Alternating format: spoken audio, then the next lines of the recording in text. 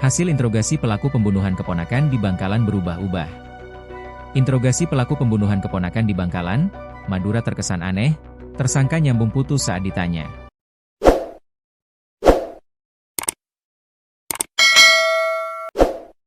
Penyidik Satreskrim Polres Bangkalan terus mendalami perkara penganiayaan hingga menyebabkan seorang bocah, HY, 3, meregang nyawa di pekarangan halaman rumahnya, Dusun Langliur, Desa Kecamatan Geger, Bangkalan, Madura pada Rabu, 13 Agustus 2025, sekitar pukul 23 waktu Indonesia Barat. Korban menderita luka pada leher akibat tebasan parang dari tangan pamannya, HL, 34, warga setempat.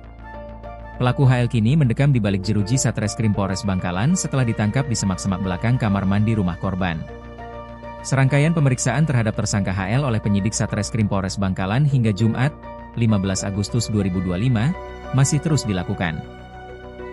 Kasat Reskrim Polres Bangkalan, AKP Hafid Dian Maulidi mengungkapkan, hingga hari kedua pihak kepolisian telah meminta keterangan dari 4 orang sebagai saksi atas perkara tersebut. Tidak menutup kemungkinan, penyidikan akan menambah jumlah saksi untuk menguak motif atas perbuatan pelaku HL. Motif masih pendalaman, kami masih akan melakukan tambahan pemeriksaan saksi-saksi. Khususnya saksi-saksi yang berada di sekitar TKP, yaitu tetangga maupun keluarga dari korban, ungkap Hafid di hadapan awak jurnalis. Bocah malang itu merupakan anak dari kakak ipar perempuan tersangka HL. Ketika menjawab pertanyaan dari Hafid pada Kamis, 14 Agustus 2025, siang, tersangka HL mengaku kerasukan setan dan tidak ada niatan menghabisi nyawa keponakannya.